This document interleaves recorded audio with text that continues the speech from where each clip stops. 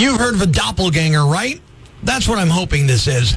Good morning, it's Prospector Show on Rock 107. And the other day, Kate, you came into the studio the other day and you asked me, hey, were you at Far Street Tavern last night? And I'm like, no. Did they finally name a drink after me? No, my friend Colleen said she heard you were there last night and that you would be going to Queen City Tavern tonight. Yeah, apparently it's the Prospector Pounds of Pint tour or something, which is weird because I spend my nights pounding NyQuil and watching reruns of Dateline, but whatever. So either some other poor guy out there looks exactly like you, or I've got myself an imposter.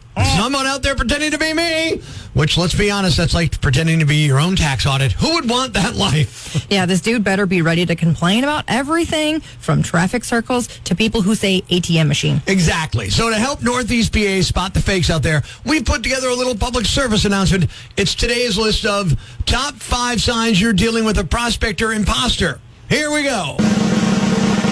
Number 5, he describes himself as a people person. Yeah, and Puka describes herself as a quiet dog.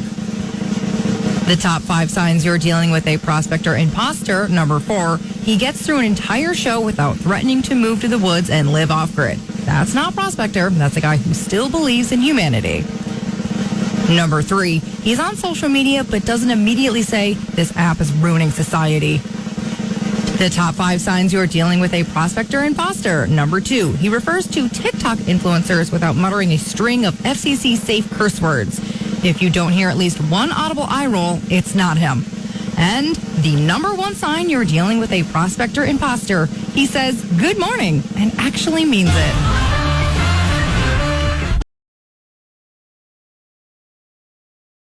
Rock 107. Now it's time for Does Pennsylvania Have a Budget Yet? No, we don't. Why would we? Will we ever? Who knows? This has been Does Pennsylvania Have a Budget Yet? Life's pretty tough right now. There's plenty of bad news, but it's not all bad. It's time for the brighter side of Prospector on Rock 107. An 8th grader in California named Kevin Tang was just named America's top young scientist in 2025 for an invention inspired by his grandmother. It's called Fall Guard. It uses AI to detect if someone falls and needs help. You don't even have to say, I've fallen and I can't get up. AI does it for you. The title comes with a $25,000 grand prize. Thanks. We needed that. The brighter side of Prospector on Rock 107. Prospector's picky pet peeves on Rock 107. Halloween. Boy, howdy do I hate Halloween. I hate the scary stuff, the spooky season nonsense. I hate the proliferation of horror flicks and slasher movies on TV. I hate jack-o'-lanterns and the dolts who pick yours up off the porch and smash them on my street. I hate costumes. Yeah, even the sexy ones. Do we really need a sexy SpongeBob or a bloody Dahmer costume? No. The only thing worse than the unnecessarily grotesque Halloween costumes is an unnecessarily vulgar one. Every costume these days is either too creepy or so politically incorrect, you're going to lose your job the day after your office Halloween party. Unless you work here, where we don't have an office Halloween party. And thank God for that. Really? Speaking of costumes, I hate costumes on adults, especially if said costume obscures your face. Every time I get dragged to a Halloween party, some jackhole dressed as the Wolfman or Frankenstein comes up to me and chatters on, then gets all butthurt that I don't recognize them. Hey, Yambag, last time I saw you, you weren't wearing green makeup with painted on scars and neck bolts attached to you. Of course I recognize you. I recognize you as a cretin I need to escape from. Good Lord. Trick-or-treaters. Man, I hate them. And yeah, I did it when I was a kid. But trust me, that's not the criterion we should be judging things by, okay? It's legalized begging. I'm supposed to give up my peanut butter cups because your sex trophy rings my doorbell and says trick-or-treat? Not gonna happen. Oh, and when did they stop singing songs and telling jokes? You want my Twix bar? You better make me laugh, entertain me or something. No, now I got to be terrorized by a bunch of underage masked miscreants wandering around the neighborhood demanding indulgences from me in exchange for the physical safety of my property? Hey, that's extortion. I should be calling the cops. Seriously? You think that was bad? Try living with him. Love you, honey. Mean it.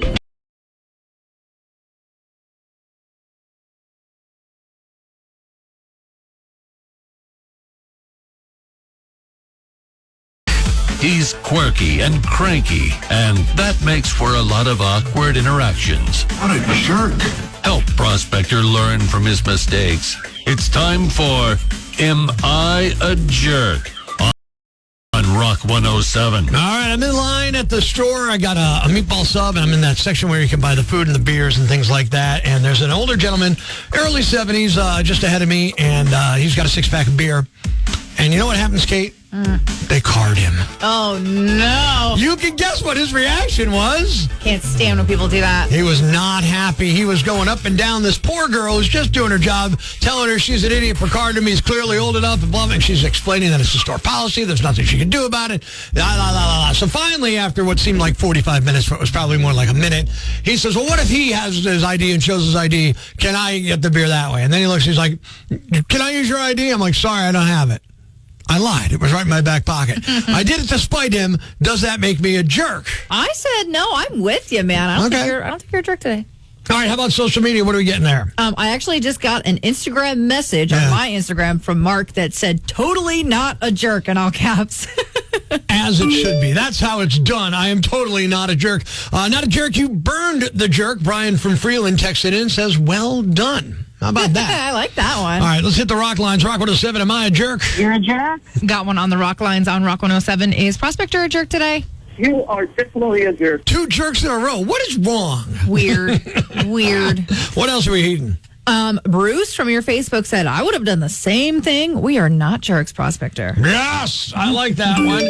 Another text, not a jerk. I wouldn't volunteer my ID for somebody either. So you're good. Yeah, that's a crazy ask from a stranger. I guess. I don't know. Whatever, man. Jean from your Facebook said, I'm going with not a jerk. It's a stupid policy, but the clerk is just doing what she's told. I would not have given him my ID either. Yeah, there you go. I'm not even sure if it's a stupid policy. It's overreaching. It's broad. I get it, but that's the way it's designed, is that way that nobody can say, you're being ageist or whatever. They make sure they cover everybody. Let's hit to the rock lines. Am I a jerk? Rock 107. Yes, sir, I do. You lied to the man when you didn't have to. All you had to do was say no. So you're basically saying I should have just said, yeah, no, you can't do that, rather than say, no, I don't have it. Correct. So the idea was fine. My execution was poor. Yep, that's how I see it. You didn't have to tell him a lie, dude. All right, I didn't, but that's what I did do. I feel like we lost the plot with that one. I mean, I get what he's saying. Like, I could have been honest and just said, yeah, I'm not going to let you do that. Either way, the point's made. Christina from our TikTok said, not a jerk. Policy is policy. I'm 54 and clearly look old enough, but I give my ID when asked. Yeah, I mean, that's the same thing with me. I'm pushing 60, as I like to say. I'll hand over my ID anytime I'm asking. To be honest, if anybody asks for ID, I'm always like, they think I'm young. Got a text, even if I know that's not true. Text in on the rock lines. They must scan your ID at certain stores, so I don't believe the policy can be overridden. He needs his ID, and he should know that. And besides, I'm always flattered. See, like me, flattered. Yeah. Also, like, who's just like not carrying around the ID? Whatever. All right. Mike from your Twitter said, nah, screw that guy. How the heck did he even get into the store? Hope a cop pulled him over on the way home. You're not a jerk. All right, out of the rock lines, one last one here. Rock 107, am I a jerk? Prospector, you're not a jerk for this one. The guy had to drive all the way there just to get beer. What was he expecting? Who goes to buy anything and doesn't have their ID, right? Yeah.